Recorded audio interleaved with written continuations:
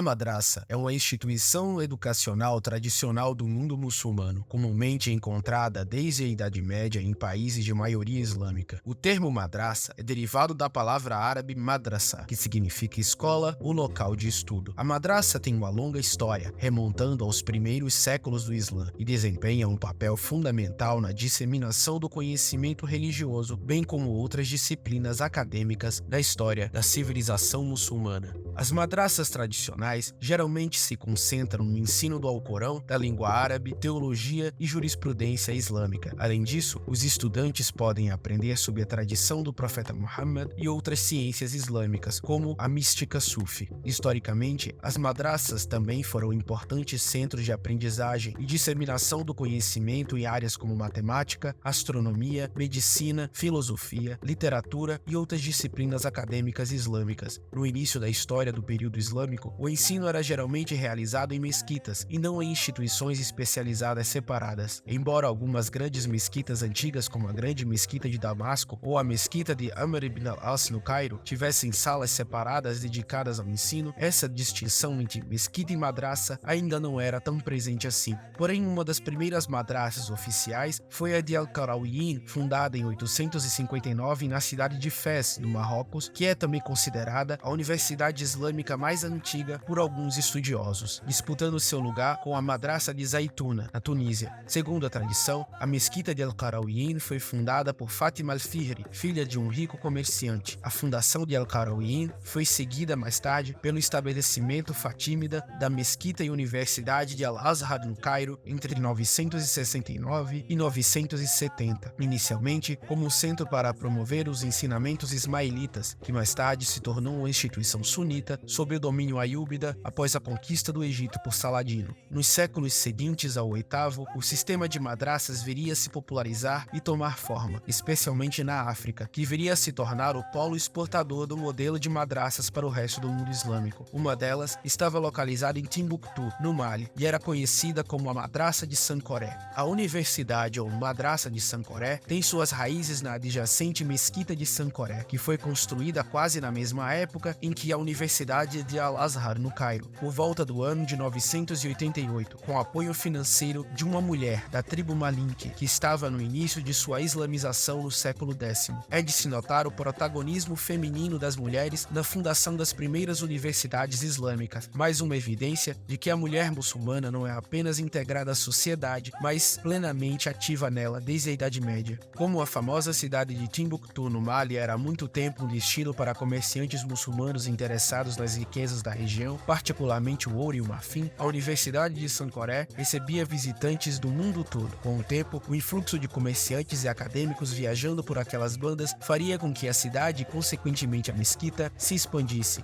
Esse crescimento em torno de Timbuktu não foi, entretanto, resultado apenas do livre comércio na região. O patrocínio dos governantes do Império Mali e, posteriormente, do Império de Songhai foram cruciais para o aumento e a manutenção da cidade e suas instituições educacionais. Um desses mecenas da infraestrutura e da intelectualidade da Universidade de Sancoré foi Mansa Musa I do Mali, que reinou entre 1312 e 1337, considerado o maior e mais eficiente governante do império, além de o homem mais rico do mundo. Musa decidiu que estava na hora de Timbuktu se tornar uma cidade islâmica completa, assim como Fez, Cairo ou Bagdá, que transformou para sempre a Madraça de Sancoré, aumentando ainda mais a universidade e a mesquita de mesmo nome. Com o influxo constante de acadêmicos, juristas e místicos do mundo islâmico constante, muitos dos quais eram convidados e trazidos pelo próprio Mansa, a Madraça de Sancoré acumulou uma riqueza de livros vinda de todo o mundo islâmico, tornando-se não apenas um centro religioso e de adoração, mas também um centro acadêmico de importância global no meio do Saara africano. Em seu começo, a Madraça de Sancoré não tinha administração central, registro de alunos ou um curso de estudos prescrito, de modo que a escola foi dividida em várias madraças individuais. Lá eram estudados os princípios corânicos básicos, como a recitação, a exegese e outros temas como hadith e akida, conforme o estudante também fosse progredindo. Um outro tema estudado era a jurisprudência islâmica, notadamente a vertente maliquita, fundada pelo Imam Malik bin Anas e adotada e patrocinada por Mansa Musa. Musa trouxe inúmeros estudiosos maliquitas para Timbuktu após a sua famosa peregrinação a Meca, com esses estudiosos se estabelecendo e ensinando principalmente em Sancoré. No final do reinado de Mansa Musa, a madraça estava totalmente equipada, com as maiores coleções de livros da África desde a Biblioteca de Alexandria, contando com cerca de 300 a 400 mil volumes. Mesmo após a morte de Mansa Musa, nos reinados de seus sucessores, a reputação de Timbuktu e da Madraça Universidade de Sankoré continuou a trazer grande notoriedade para essa instituição. Por causa dela, os livros nas cidades tornaram-se mais valiosos do que qualquer outra mercadoria, bem mais do que o ouro ou marfim que fizeram a fama de Mansa Musa, e bibliotecas particulares eram comuns nas casas dos estudiosos locais. Além disso, a grade de ensino começou a se tornar cada vez mais completa e complexa. Os manuscritos e livros encontrados na madraça falam de sua relação com outros centros islâmicos de aprendizado, evidenciando que as ligações que haviam entre o Mali e o resto do mundo islâmico não eram apenas comerciais, mas religiosas e intelectuais. Timbuktu não deixava nada a desejar ao Cairo, no Egito ou a Córdoba, no Al-Ándalus, nessas questões. Com o declínio do Império Mali no final do século XV e a ascensão do Império de Songhai sob Askia Muhammad, Timbuktu foi tomada pelos Songhais, que continuaram a tradição de financiar a cidade, suas mesquitas e sua grande madraça. O Império de Songhai, por sua vez, inaugurou a Idade de Ouro da Madraça de Sankoré, atraindo estudiosos de lugares tão distintos quanto o Egito e a Síria. A madraça chegou a matricular mais estudantes estrangeiros em suas classes no século XVI do que a atual Universidade de Nova York em 2018. O nível de aprendizado na Universidade da Madraça de Sankoré nessa época chegava a ser superior ao de muitos outros centros no mundo islâmico, com seus estudiosos sendo quase todos peregrinos com o título de Hujjaj, que haviam completado a peregrinação a Meca pelo menos uma vez na vida, mostrando a internacionalização que os eruditos de Sankoré participavam. O comércio de livros continuou sendo um aspecto mais importante da Universidade Africana, onde milhares e milhares de manuscritos foram compilados e transmitidos. Em seu auge sob os Songhais, a Madraça de Sankoré era capaz de abrigar cerca de 25 mil estudantes e tinha uma das maiores bibliotecas do planeta, e seu número de manuscritos foi para 700 mil. O Império de Songhai desenvolveu o Mali como um centro de comércio e usou o crescente poder econômico para promover o aprendizado. A própria Timbuktu abrigou cerca de 150 escolas corânicas que orbitavam em torno de Sankoré e se tornou um importante centro educacional do mundo muçulmano, produzindo influentes juristas, historiadores, médicos e teólogos. A madraça era dividida em várias escolas individuais, cada uma dirigida por um ulema, ou professor. Como tal, é um dos primeiros exemplos de um sistema que lembra o moderno sistema residencial universitário. A maioria dos alunos tinha um único professor durante toda a sua educação de 10 anos, tendo um relacionamento semelhante ao de um membro de uma tarika, ou seja, uma ordem sufi, o que não é surpresa, pois a maioria dos professores vinha de famílias religiosas que eram membros da ordem Qadiriyya. As aulas eram comumente dadas na mesquita ou na casa do professor, embora a maioria das madraças fosse financiada por benfeitores por meio de doações, incluindo dos governantes. Grande parte dos alunos tinham que financiar seus estudos com dinheiro próprio ou mercadorias trocadas.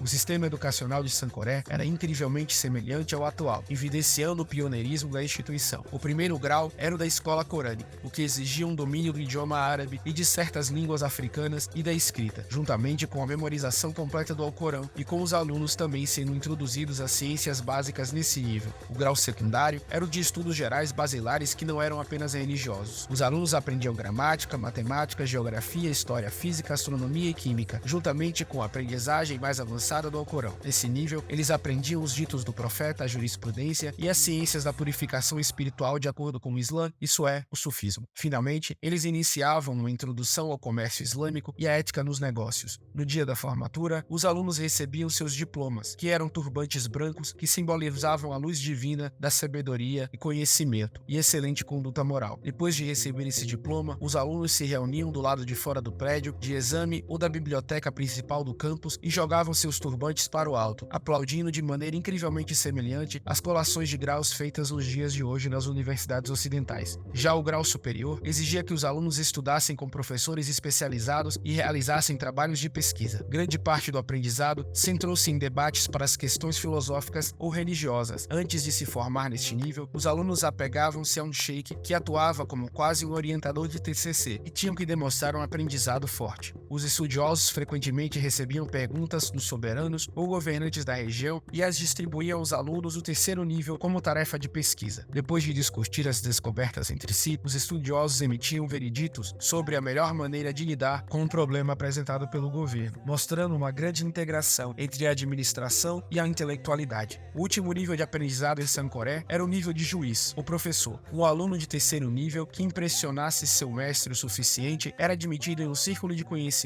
e valorizado como um indivíduo verdadeiramente instruído e especialista em seu campo. Os membros deste clube de estudiosos eram semelhantes ao conceito moderno de professor titulares. Esses formandos de último nível trabalhavam principalmente como juízes para a cidade e em toda a região, dispensando homens eruditos para todas as principais cidades do Mali. Os que não deixavam Timbuktu permaneciam para ensinar ou aconselhar os líderes da região em importantes questões legais, intelectuais e religiosas. Esse sistema brilhante de ensino era possível graças ao patrocínio estatal aos estudiosos empregados da Universidade de Sankoré, que eram da mais alta qualidade. Os estudiosos eram talentosos em diversas disciplinas, empregados não apenas em ensinar os alunos da universidade, mas espalhar a influência da madraça para outros lugares. Assim, muitos estudiosos foram posteriormente empossados como professores em universidades no Marrocos e no Egito. Não existia um currículo completo para estudos islâmicos e corânicos no mundo muçulmano. O currículo desenvolvido pela Universidade de Sankoré podia ser sintetizado nas seguintes matérias: recitação, memorização e estudo do Alcorão, língua e gramática árabe, escrita e falada, língua e retórica árabe, línguas africanas, ciências islâmicas, economia e ética islâmica e ciências seculares, como matemática, geografia e química. Sob a direção de Askia Daoud, governante do Império de Songhai de 1549 a 1583, a universidade foi reformada e ampliada para abranger 180 instalações, cada instalação sendo liderada por um professor, um total de 180 estudiosos. Nesse mesmo período, entre 1578 e 1582, a adjacente mesquita de Sankoré foi restaurada pelo imã Al-Aqib ibn Mahmud ibn Omar, o Cadi Supremo de Timbuktu. O imã Al-Aqib demoliu a mesquita e a reconstruiu com as dimensões do santuário da Kaaba em Meca. Poucos dias após a morte de Askia Daoud, o último monarca do Império de Songhai, o imã Al-Aqib, o restaurador da mesquita e chefe Cadi de Timbuktu, morreu de causas naturais.